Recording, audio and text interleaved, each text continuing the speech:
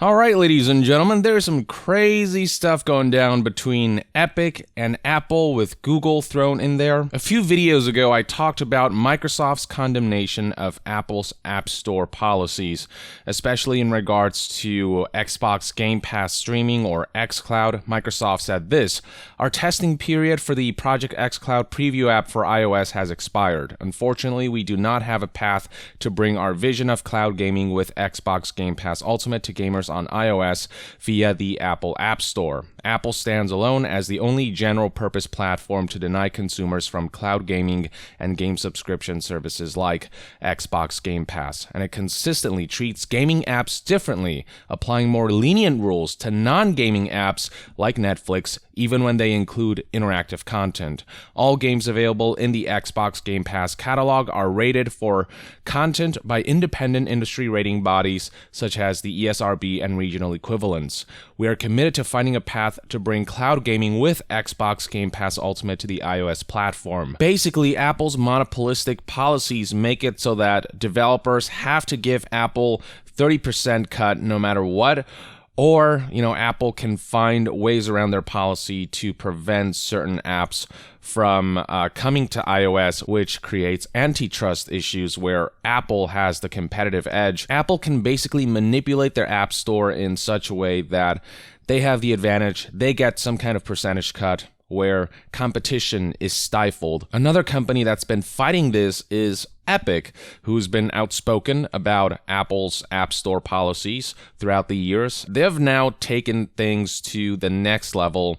So this all began with Epic full-on rebelling by offering new direct payment options in Fortnite on iOS and Android to get around App Store fees. So it reads right here, according to this article from The Verge, today Epic announced the Fortnite Mega Drop, a permanent discount on V-Bucks and other cash purchases in the game of up to 20%. On mobile, in particular, on iOS and Android, Epic has introduced a new direct payment option. This new direct payment option was described as follows. Currently, there are no savings if players use Apple and Google payment options where Apple and Google collect an exorbitant 30% fee on all payments. If Apple and Google lower their fees on payments, Epic will pass along the savings to players. So you can see right here that the iOS version of Fortnite offers you the ability to buy V-Bucks via the Apple App Store, which is $9.99, or through Epic directly, which reduces the price by $2 to $7.99, so from $10 to $8. Because Epic doesn't have to pay Apple that 30% cut via direct payment, prices for V-Bucks can be lowered, or that's how Epic is framing this. The Verge says right here, it's not exactly clear how Epic is able to get around these fees, given the App Store policy that would prevent something like this from happening. But we'll get to that in a bit. Here's an FAQ segment that Epic posted about the situation. So one of the questions read, why has Epic decided to implement its payment system for purchases inside Fortnite on iOS and Android? The response reads, by offering an alternative payment system, we're not only offering players more choice, but we're able to pass along the savings to players. Does a new payment method on mobile mean purchases there are less safe? This question's being asked because the main excuse that Apple uses to justify all apps having to go through the App Store and be charged that 30% cut has to do with keeping customers secure. So when asked if this new payment method is less secure, Epic responded with, no, thousands of apps on the App Store approved by Apple accept direct payments, including commonly used apps like Amazon, Grubhub, Nike SNKRS, Best Buy, DoorDash, Fandango, McDonald's, Uber, Lyft, and StubHub. We think all developers should be free to support direct payments in all apps. So that's the thing about Apple's App Store policies, is that they're not consistent across the board. Certain apps get leniency when it comes to, in-app purchases and having to give Apple that 30% cut, while others, especially in the gaming sector, like Fortnite or, xCloud and the Game Pass, for those, Apple demands that 30% cut, which might have to do with antitrust, given that Apple is pursuing their own gaming endeavors with Apple Arcade, and because of other companies' interference with that and Apple wanting to compete in the gaming sector via Apple Arcade, they might be enacting this in such a way that other gaming companies are put at a disadvantage by having to shell out that 30% cut. It just puts Apple at a complete advantage in their own ecosystem, and that's antitrust. That's where antitrust regulations come in. Now, The Verge notes right here that the battle between Epic and mobile app stores isn't new. In 2018, the developer ignored Google Play completely when launching Fortnite on Android before eventually giving in earlier this year. So here's a statement that Epic provided back then. They said, after 18 months of operating Fortnite on Android outside of the Google Play Store, we have come to a basic realization.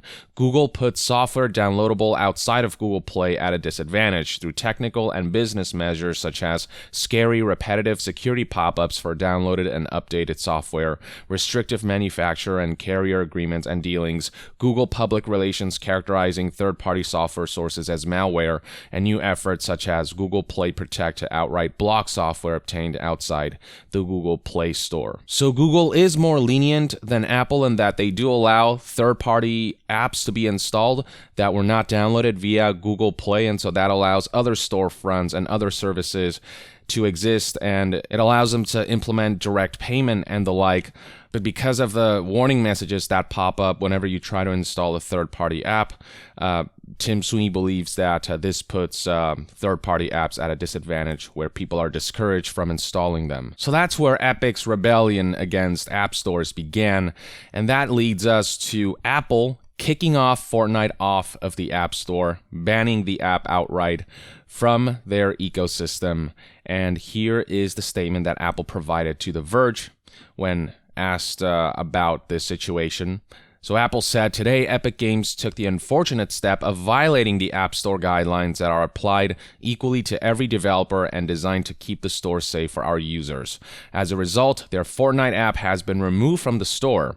Epic enabled a feature in its app which was not reviewed or approved by Apple, and they did so with the express intent of violating the App Store guidelines regarding in-app payments that apply to every developer who sells digital goods or services. Except Apple has a proven track record of being more lenient for certain apps more than others. Just seems like, again, Apple is stifling competition based on their own whim, just based on their own sort of competitive strategies. The statement continues, Epic has had apps on the App Store for a decade and have benefited from the App Store ecosystem, including its tools, testing, and distribution that Apple provides to all developers.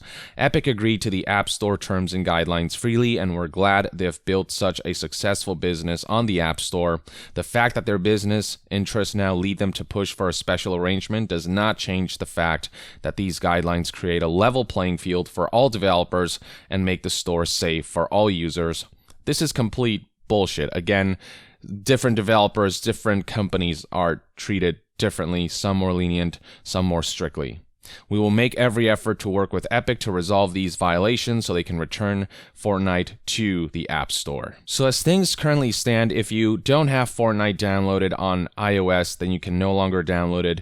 If you do have it downloaded already, you can still access the game, but future updates will not be applied. And the Fortnite Marketplace is still active for people who have Fortnite downloaded on iOS. So Gene Park reported that he just bought 2,000 V-Bucks using the Epic discount and the regular Apple price.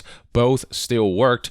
Apple can still collect Fortnite money. So the game still works. It's no longer in the App Store at all. Now, it isn't just Apple who kicked Fortnite off of their App Store. Android and Google did the same.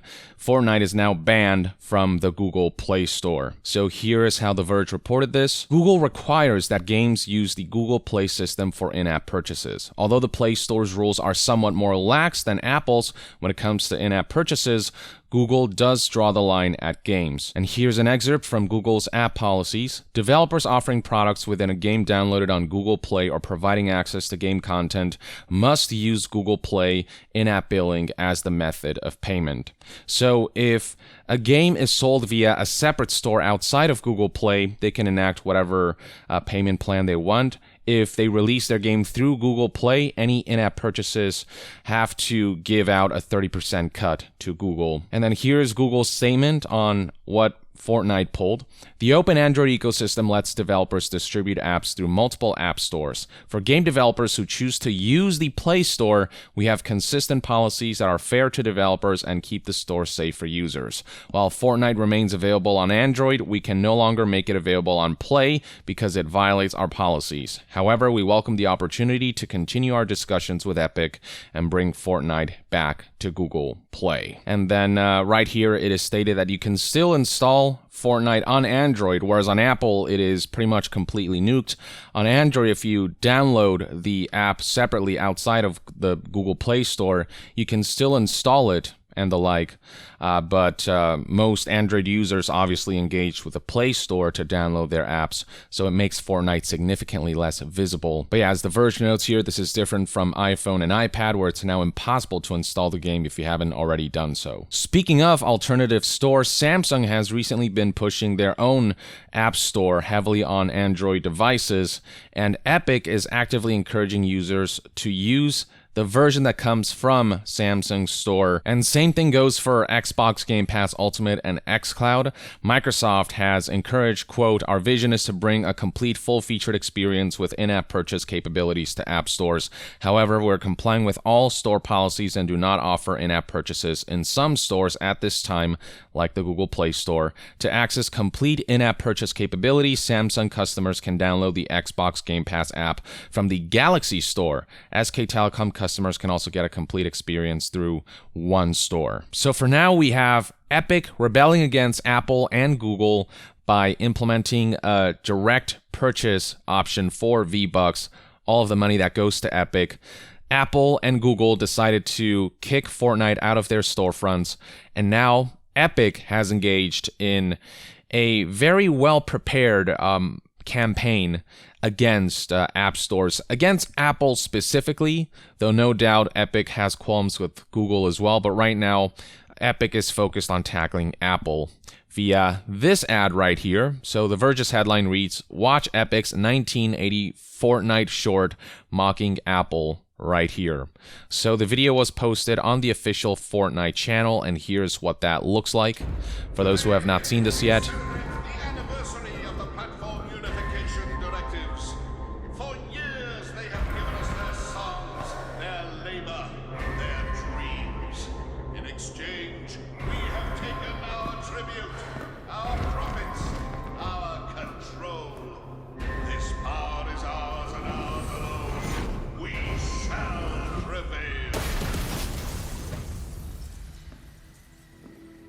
And here's a message. Epic Games has defied the App Store monopoly. In retaliation, Apple is blocking Fortnite from 1 billion devices. Join the fight to stop 2020 from becoming 1984.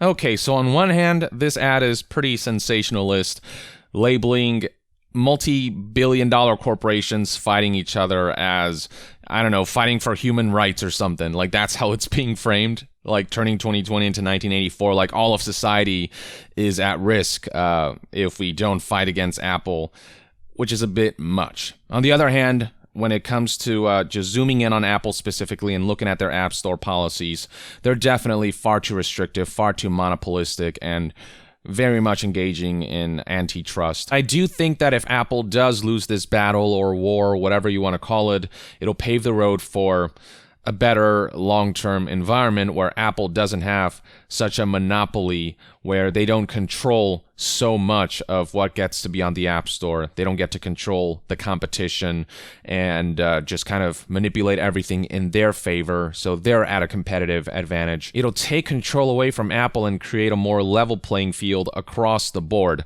Now, Epic is a multi-billion-dollar company, so I don't feel bad for them per se, but for other developers who are, you know, just trying to get by and are being legitimately afflicted by Apple's policies, in the long term, Apple losing this battle will help them significantly. Now, for those who didn't know, this ad right here is actually a reference to another ad from ages ago. This is the 1984 Apple's Macintosh commercial.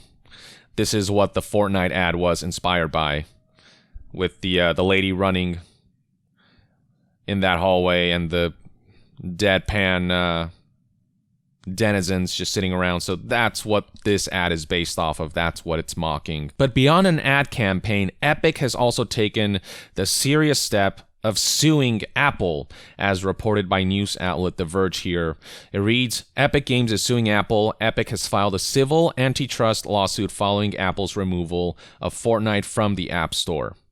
The legal complaint filed in the U.S. District Court for the Northern District of California seeks to establish Apple's App Store as a monopoly, and the civil suit is seeking injunctive relief to allow fair competition in mobile app distribution. So here are some quotes from the complaint and the lawsuit.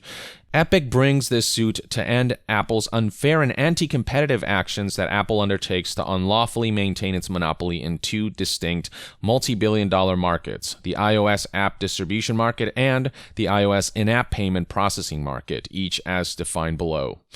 Epic is not seeking monetary compensation from this court for the injuries it has suffered, nor is Epic seeking favorable treatment for itself, a single company.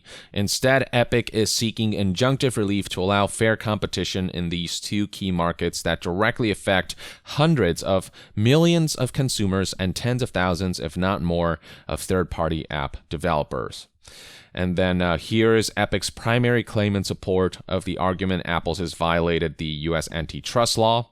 Apple unlawfully maintains its monopoly power in the iOS app distribution market through the anti-competitive acts described herein, including by imposing technical and contractual restrictions on iOS, which prevents the distribution of iOS apps through means other than the App Store and prevents developers from distributing competing app stores to iOS users. Apple unlawfully maintains its monopoly power in the iOS app distribution market through its unlawful denial to Epic and other app distributors of an essential facility, access to iOS, which prevents them from competing in the iOS app distribution market. To reach iOS users, Apple forces developers to agree to Apple's unlawful terms contained in its developer agreement and to comply with Apple's App Store review guidelines, including the requirement iOS developers distribute their apps through the App Store. These contractual provisions unlawfully foreclose the iOS app distribution market to competitors and maintain Apple's monopoly. Apple has unlawfully maintained its monopoly in these markets through the anti-competitive acts alleged herein, including by forcing through its contractual terms and unlawful policies iOS app developers that sell in-app content to exclusively use Apple's in-app purchase and preventing and discouraging app developers from developing or integrating alternative payment processing solutions.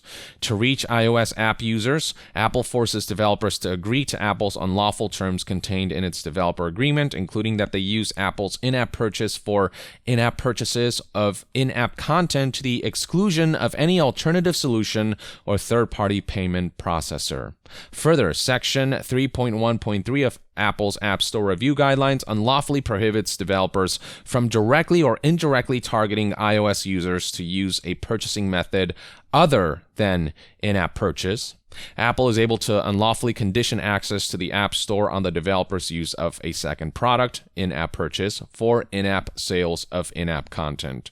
Through its developer agreement and unlawful policies, Apple expressly conditions the use of its App Store on the use of its in-app purchase to the exclusion of alternative solutions in a per se unlawful tying arrangement. I'll say again, I don't feel bad for Tim Sweeney and the folks over at Epic at all. They're still raking in millions, and this is in large part about them wanting to rake in millions and billions more. But at the same time, I do think that everything outlined by Epic here is correct in that Apple just has too much power right now with how wide-reaching iOS is as an ecosystem and how much control Apple has over it and how much control they have over their ability to compete with other apps that might be intersecting with some of Apple's own endeavors, and how Apple can manipulate policies any way they want by, just outlining very vague statements that allow them to say, this app gets approved and we don't take a cut from them, but these apps here, especially in the gaming sector, you guys either pay us or you don't get to, host your apps. It's not just something that's affecting the multi-billion-dollar companies, it's especially affecting the folks who are just barely getting by developing these apps, the mid-tier app developers. There are plenty of up-and-coming developers who have expressed their grievances against Apple's App Store policies, because they ask and demand too much out of developers. I'll once again encourage you to look at what happened with the Hey email app that Apple was trying to find ways to kind of kick off the App Store because it was an email app with a unique sort of model that was getting a lot of traction. And then eventually the company managed to find some workarounds, and with all the backlash that Apple was drawing, they eventually capitulated. But this is a whole saga and a half worth looking into that highlights Apple's monopolistic tendencies and how they're stifling app creativity through their policies that gouge money from up-and-coming developers, that 30% cut, and does not provide any leeway when it comes to additional payment options, or plain and simply just refuses to let certain apps in for arbitrary reasons that Apple gets to decide in order to define how competition happens in their own ecosystem. Going back to the Epic lawsuit article, it is cited right here by The Verge that Epic in its complaint leans heavily on the Sherman Antitrust Act of 1980, a monumental piece of antitrust legislation in the US used to break up monopolies during the turn of the 20th century. It remains the pillar of US antitrust law, and Epic claims Apple has violated 6 separate accounts of the Sherman Antitrust Act, an unlawful monopoly in the form of the App Store, denial of essential facility in iOS app distribution, unreasonable restraints of trade in iOS app distribution, and then similar counts for in-app payment processing on iOS. So this is where things currently stand with this situation, ladies and gentlemen. It's just been a whole lot of back and forth, with Epic really going all out with an ad campaign and a lawsuit against Apple.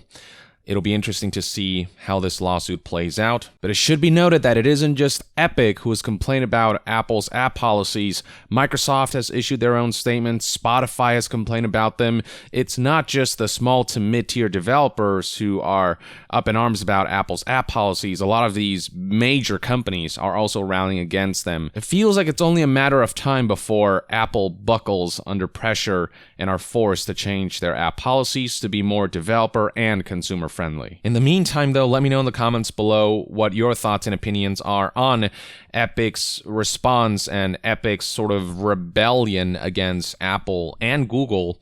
Drop a comment below, and to be further updated on all things gaming news, reviews, and discussions, stay tuned right here on Young Yeah. I'll see you guys next time. Young out.